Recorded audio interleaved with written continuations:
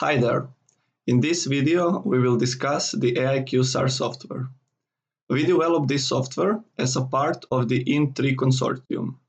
This was a Marie Curie EU-funded project.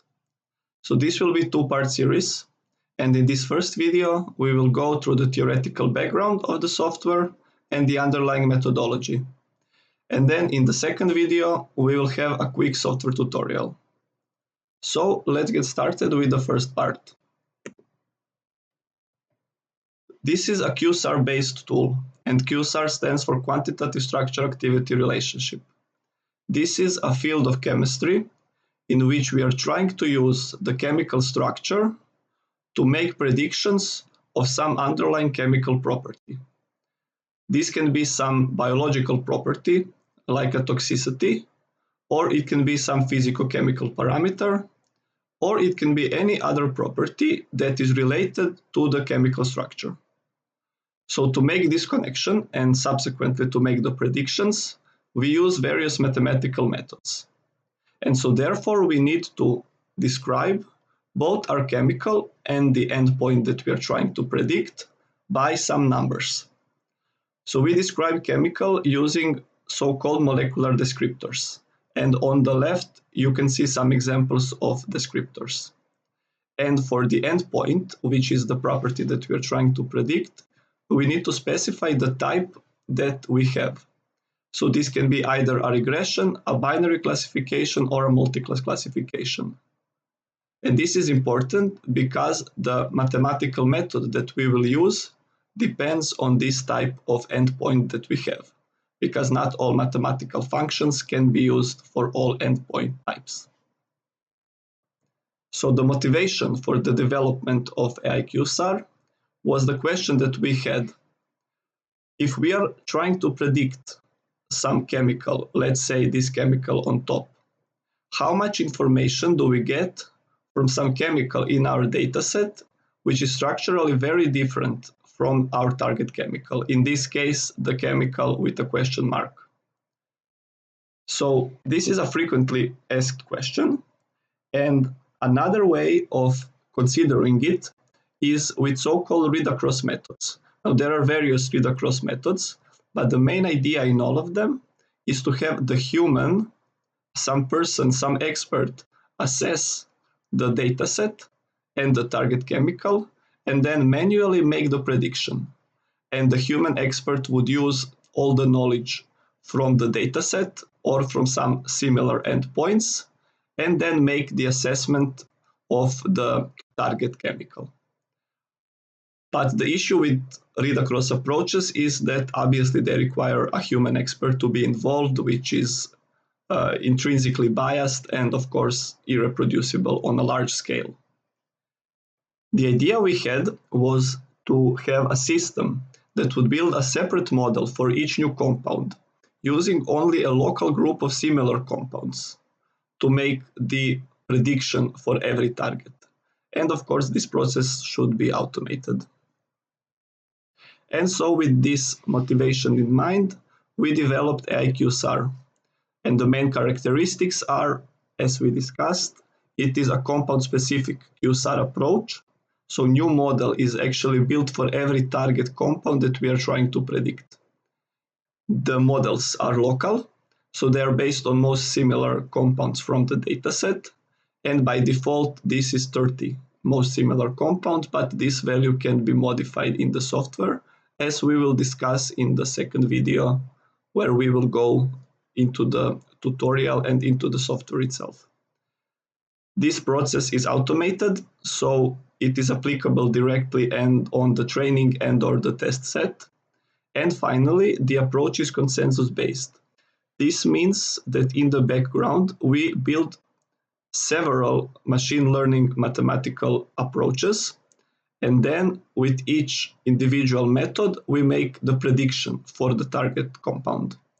And the final prediction from the software is derived as a consensus of these individual machine learning models.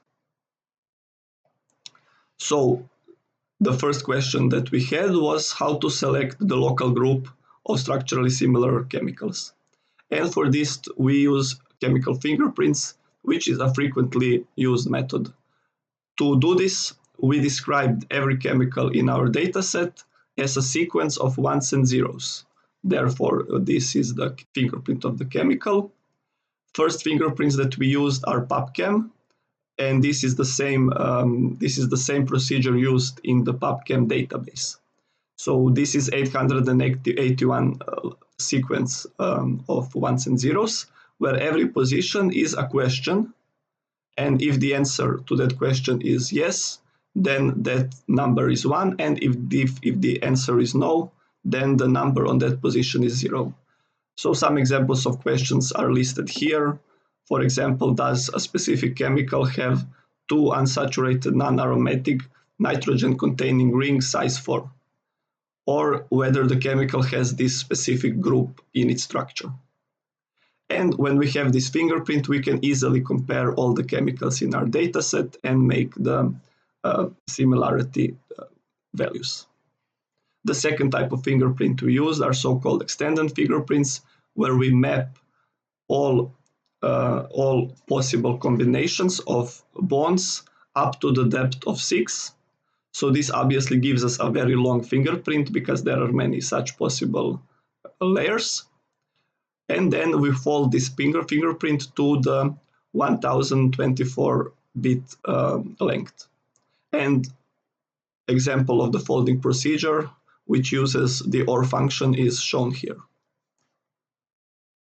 And furthermore, when we have these fingerprints for all chemicals in our dataset, we calculate the so-called applicability domain measure, or ADM. And this is the assessment of how reliable our final prediction is. So what we want to achieve here is measure how similar target chemical for which we are making the prediction is to the chemicals in the dataset. If the average similarity of fingerprints of our target chemical to the chemicals in its local groups that were extracted from the dataset is high, then the ADM value will be high, and it ranges from 1 to 5. So ADM 5 represents highest possible average similarity of the target chemicals to the chemicals in its local group, which are used to build the model. And then ADM 1 is the lowest similarity in this range. So we use this measure as the assessment for the reliability of the prediction. And this type of assessment is frequent in all QSAR tools. Now we tested our method on a number of datasets and in various different environments.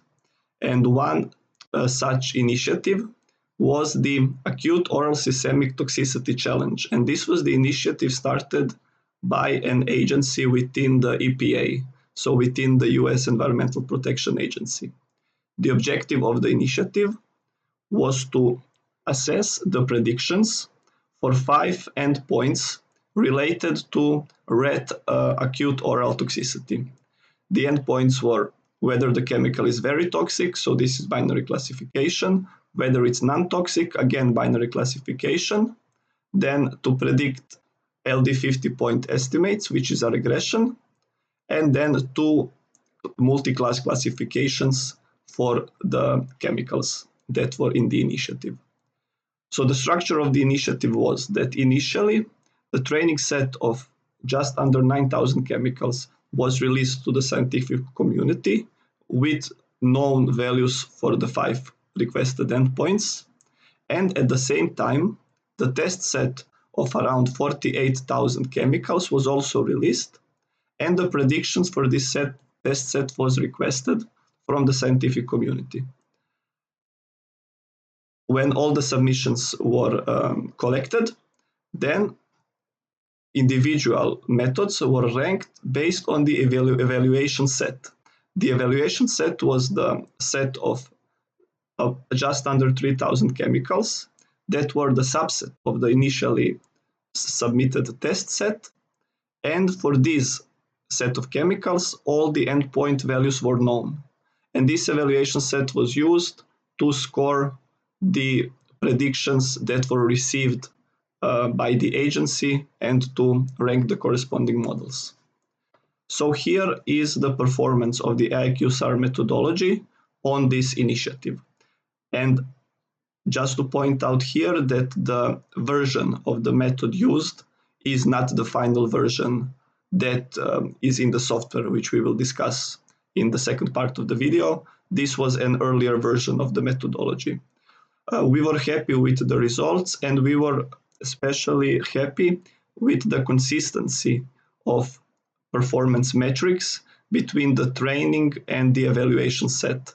So this showed us that the accuracy and the performance metrics that we get when we evaluate our training set is consistent with the one that we get on the external set, for which we do not know, obviously, the endpoint values. Then finally, the panel of the EPA agency scored all the models based on their set of performance parameters, and our method scored reasonably well in all 5 categories, so for all 5 endpoints.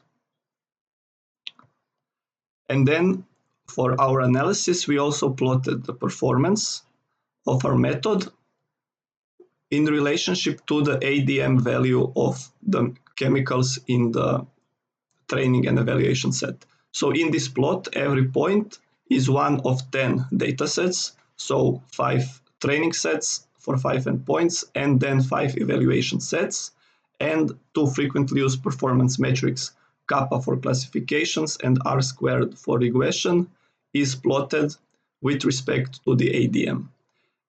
So we see what we would expect to see on this plot, because it shows us that chemicals with higher ADM values have better performance measures than the chemicals with lower ADM values. This is expected because higher ADM corresponds to higher average similarity between chemical fingerprints of the target compound to the chemical fingerprints of chemicals in the local group of our target. And therefore, for such chemicals with higher ADM, we expect and we hope to get better reliability of the prediction. So this is all for the first part of the video. In this first part, we went through the theoretical background of AI-QSAR software and discussed the motivation behind it and the initial idea, as well as the procedures, chemical fingerprinting and ADM calculation to assess the reliability of predictions. And in the second video, we will jump into the AI-QSAR software itself. So I hope you will join us for that as well. Thank you for the attention.